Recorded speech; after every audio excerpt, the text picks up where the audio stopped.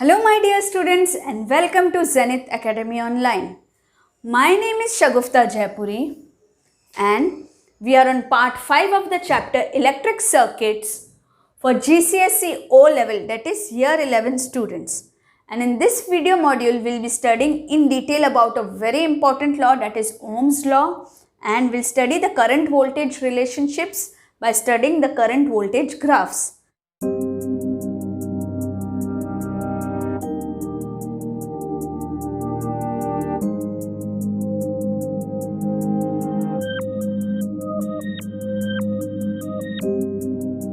So let's go ahead.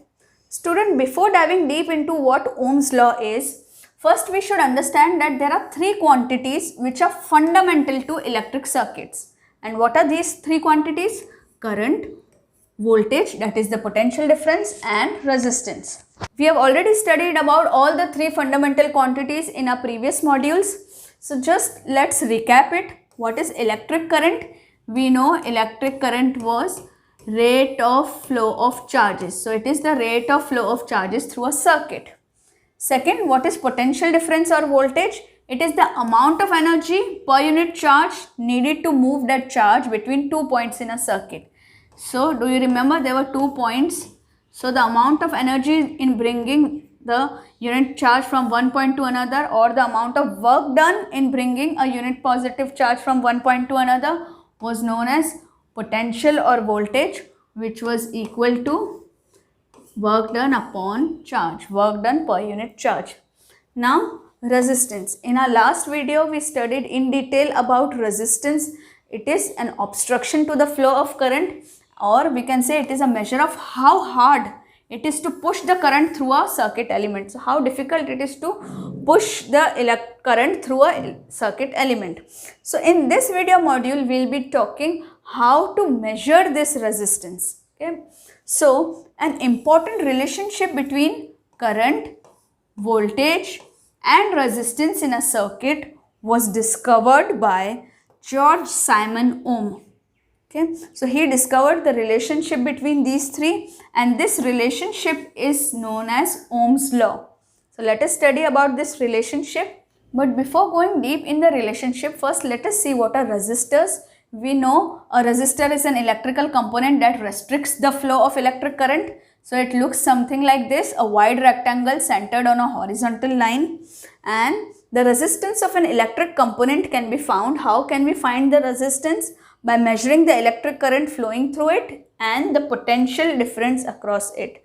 So if we can measure the potential difference across it and how much current is passing through it in a circuit, then we can calculate the value or the magnitude of this resistance. This is a circuit diagram of Ohm's law. So in this experiment what we have done, we have taken this resistor, and we have connected this resistor with a battery. Here you can see it is connected with a battery. This is positive and negative of a battery. Now this is connected through a key or a switch with a variable resistance. I already explained you in the last module what is variable resistance. It is used to change the current flowing in the circuit, or we call it as rheostat also. So the resistor is connected with battery, with the key or the switch and rheostat, and then the circuit is complete. Now in between you have attached an ammeter to note the current that is flowing in this circuit. So if this is positive, this will be the direction of current, correct? So now I want to measure what is the resistance of this. So I have to measure the current flowing through it. So I have attached the ammeter in series. Now across it I will have to measure the voltage. So I have added a voltmeter across it, right? So this is the simple circuit diagram of Ohm's law. Now what we will do in this experiment is, with the help of the rheostat or with the help of the variable resistance, we will keep on changing the amount of current that is flowing. Okay. So when we see there will be some change in the ammeter reading, then there will also be a corresponding change in the voltmeter reading.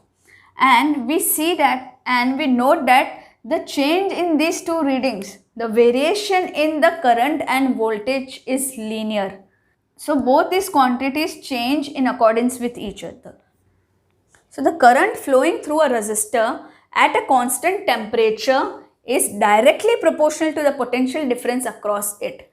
This is called Ohm's law. So here what we can say, the current flowing through a resistor at constant temperature is directly proportional to potential difference across it.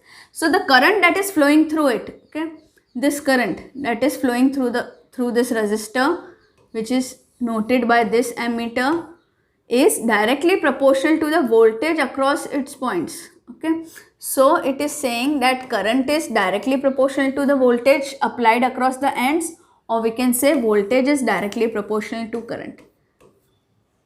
And to avoid this proportionality sign, to remove the proportionality sign, when we put an equal sign, then what do?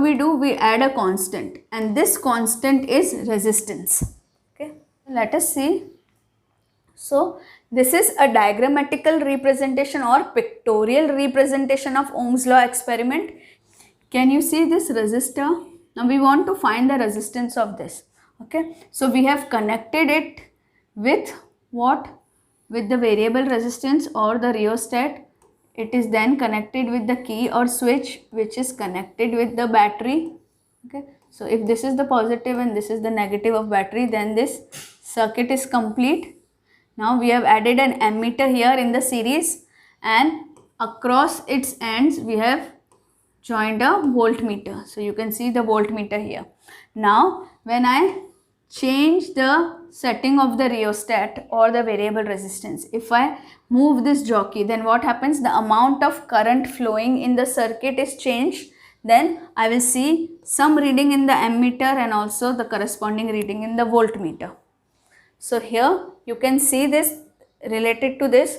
This is the battery, key, rheostat, ammeter and the resistance, all are connected in series. So here you can see all of them are connected in series, and voltmeter is connected parallel.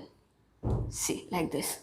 So this is the circuit diagram and this is the pictorial diagram of the Ohm's law experiment. So in your labs you must have seen the Ohm's law apparatus, ready-made Ohm's law apparatus like this. So in this circuit is already joined from behind, so you can directly see the ammeter and the voltmeter reading. Here is the knob of the rheostat, you can turn and change. So what you can do is, here you will add your resistor. So whoever's resistance you want to find, you will add it here. Okay, now this is battery. So you can see the positive of the battery is joined to the resistor, and negative of the resistor is joined to the key, and through rheostat it is again joined to ammeter and another end of the resistor, right? So everything, the other connections are already made inside, so you just have to join the battery here, positive to positive and negative to negative here. So once you connect this, the circuit is complete. Then you just switch on the power. Okay, this is the switch, you just switch it on, you will see the bulb glowing, indicating that the circuit is complete. Then keep on changing the rheostat and keep on noting down the corresponding change in current and voltage. Here is another arrangement of Ohm's law apparatus. This is another type of apparatus where you have to join positive, where you have to make all the connections yourselves by seeing this circuit diagram, that you have to connect positive of the battery to resistor, negative to the key, and so on. So this is how you have to finish the circuit. And if such ready-made apparatus like this and this one is not there, then you can yourself make the apparatus like this. Now here, can you see this resistor? So this is the resistor. Okay, this is the resistor. So can you see across it the voltmeter is connected? So this is the voltmeter that is being connected to it, and others are all connected in series. So it is attached to a combination of cells which act like a battery. So this is acting like a battery. Okay, this is positive terminal and negative terminal of the battery. You can see from negative terminal it is attached to the negative of ammeter, and then ammeter is connected to the resistance. So this circuit is complete, and around this resistor you have joined a voltmeter parallel to it.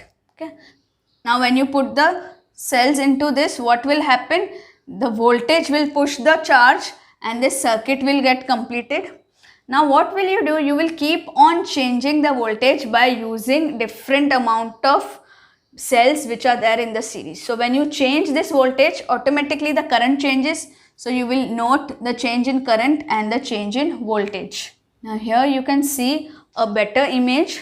Now these two are the resistors that are connected in series. Now you can see across its end a voltmeter is connected, and in the series, okay, you can see this is a battery and this is a ammeter.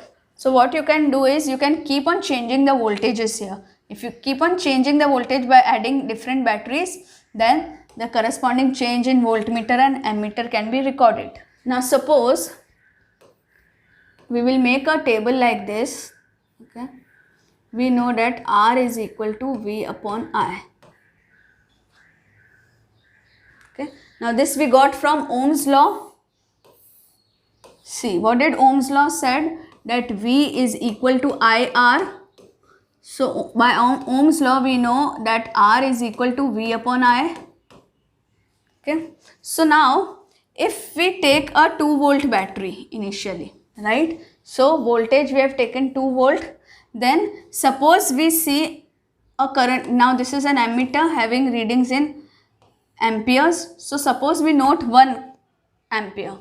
So here there is 1 ampere. Now if we add one more 2 volt, so here this will become 4 volts, and this suppose might change to 2 ampere. So it becomes 2 ampere. Now if we add another 2 volts battery, then this becomes 6 volt, and this reading shows suppose 3 ampere.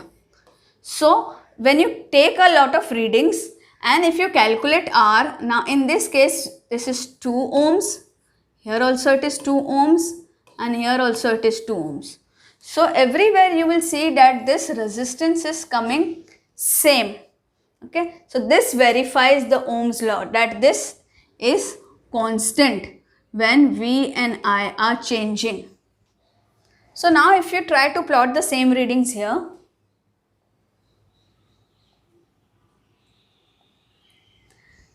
so this is voltage, this is current, and this is resistance.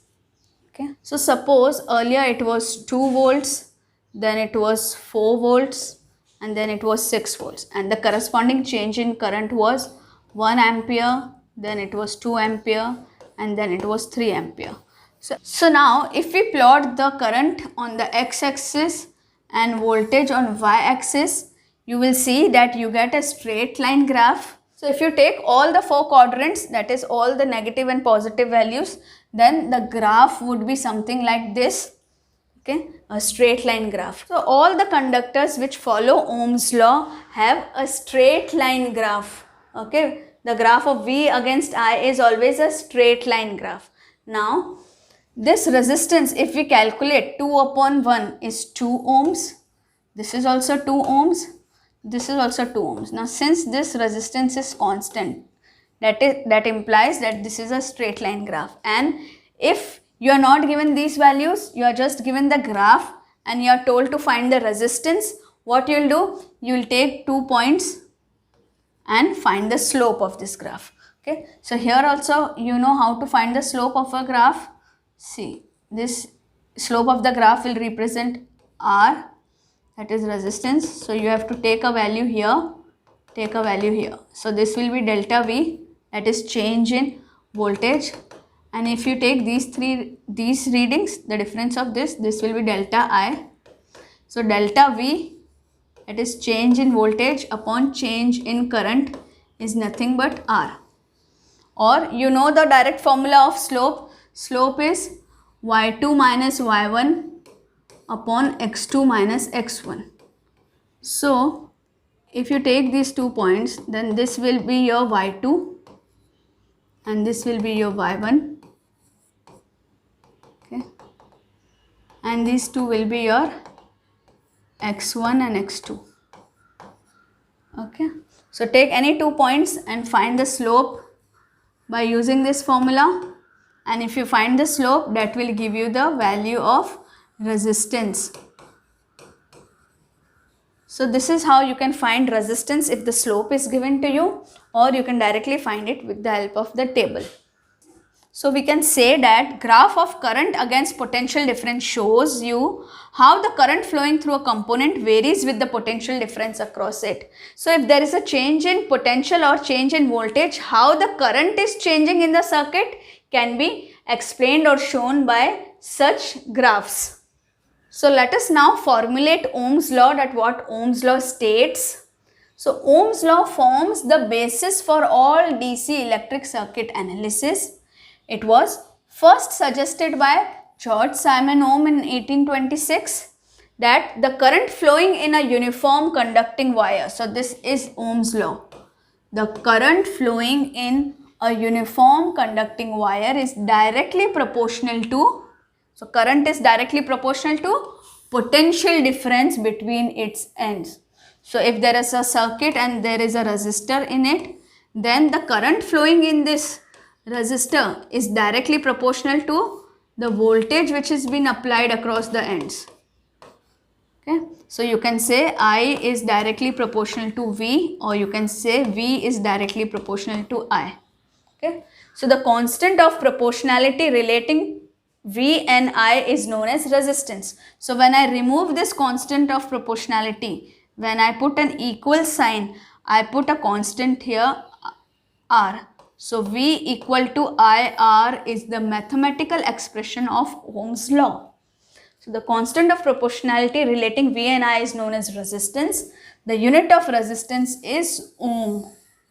Okay, so what will be the unit of this resistance? See, if I rearrange this, this R becomes V upon I.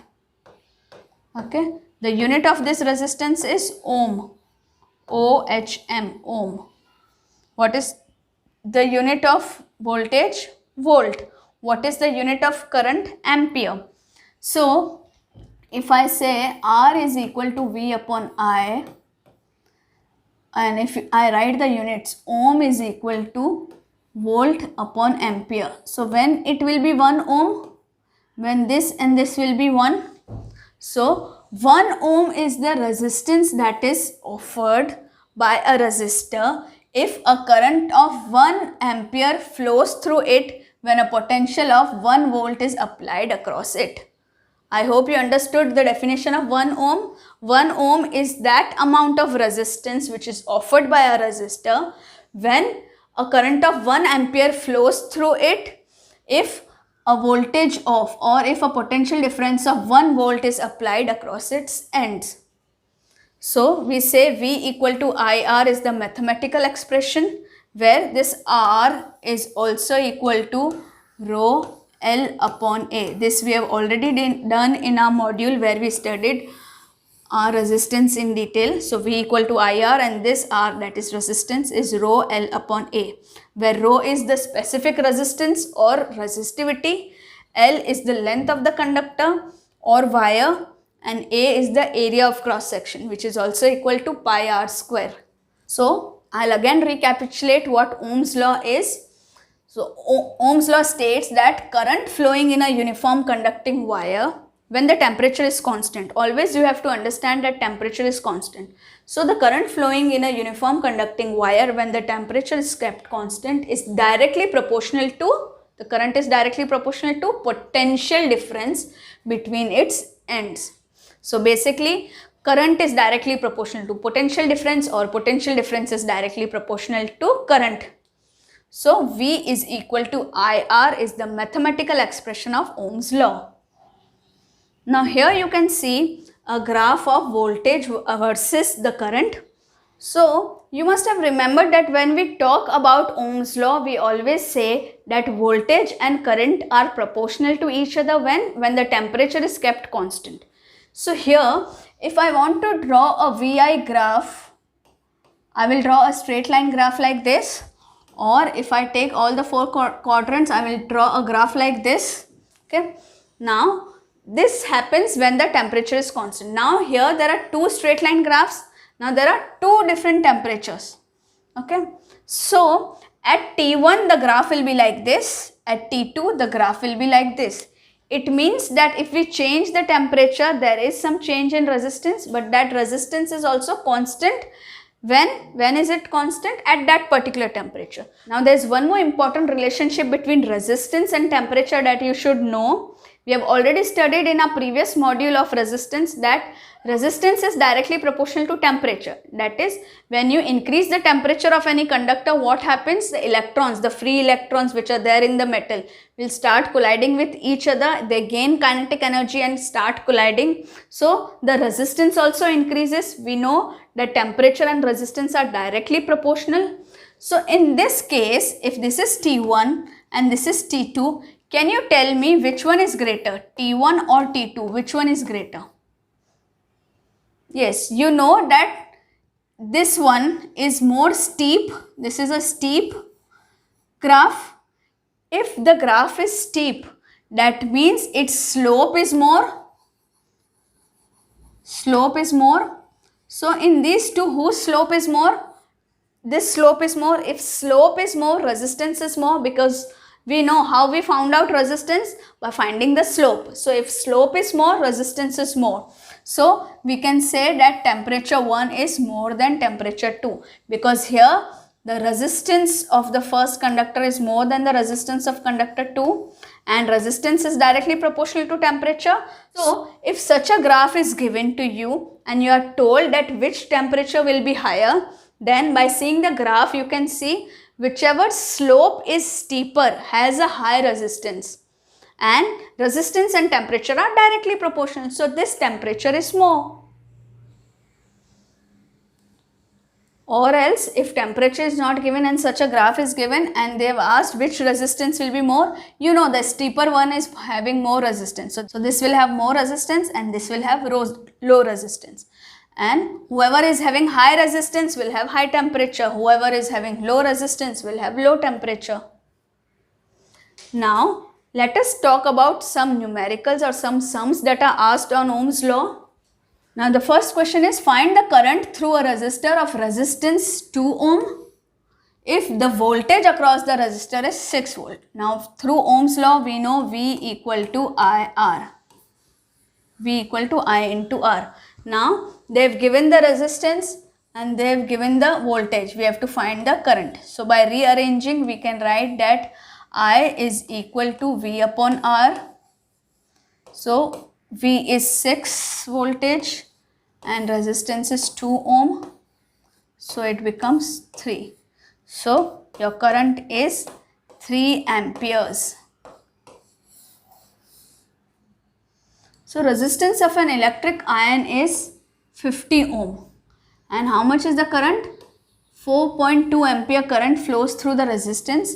Find the voltage between the 2 points. We know that V equal to IR by Ohm's law. Okay. Now, current is given as 4.2 ampere and resistance is given 50. So, simply multiply it and write the answer in volts. Let's go ahead with another type of problem.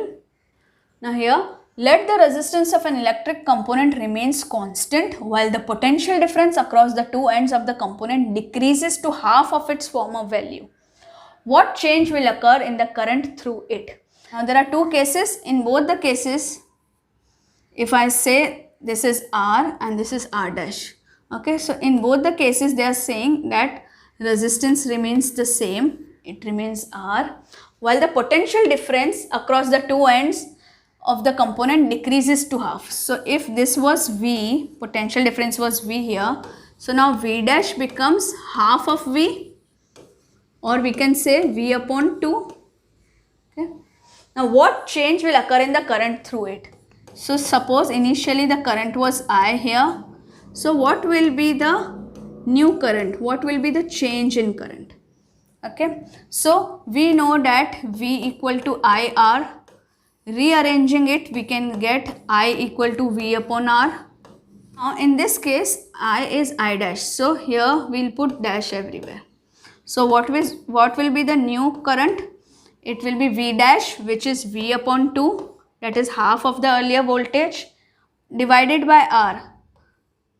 Divided by R dash, that is multiplied by reciprocal of it. So multiplied by 1 upon R.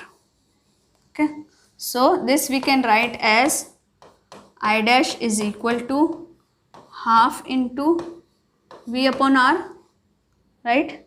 Half into V upon R, and we know what was V upon R. See, if we write here, I here was equal to V upon R. So V upon R is I. So your I dash is equal to half of I. What does it mean? That your current has become half of the initial current. So what they have asked, what change will occur in the current through it? So what is the new current? The new current is half of the old current. I hope you have understood this very well. I'll explain this once again. See, this was the initial part, that R resistance is denoted by R, voltage is denoted by V, and I is denoted by V upon R, right? Now they are saying that resistance remains same, the new one. So R dash is R only. Now V dash becomes half of the original one. So now they have asked to find what is the change in current, what will be the new current. Okay, so we know that V equal to IR. Through that we found out I dash is V dash upon R. So instead of V dash we wrote V upon 2, which is here. Instead of R dash we wrote simply R, because R has not changed, the resistance has not changed. So by rearranging we got I dash is half of I. Now students, there is something known as non-ohmic conductors also. Till now we have studied about resistors. So resistors is an example of ohmic conductor. What are ohmic conductors? Conductors which obey Ohm's law. That is, they have a constant resistance when the voltage is varied across them or the current through them is increased. So we saw that we changed the voltage across it by using different cells, and at times we change with the help of rheostat the current. So even if the voltage or current changes across a resistors, their value of resistance remains same. So all the times you are getting 2 ohms. So such type of conductors are known as ohmic conductors. Whereas there are conductors which do not obey Ohm's law,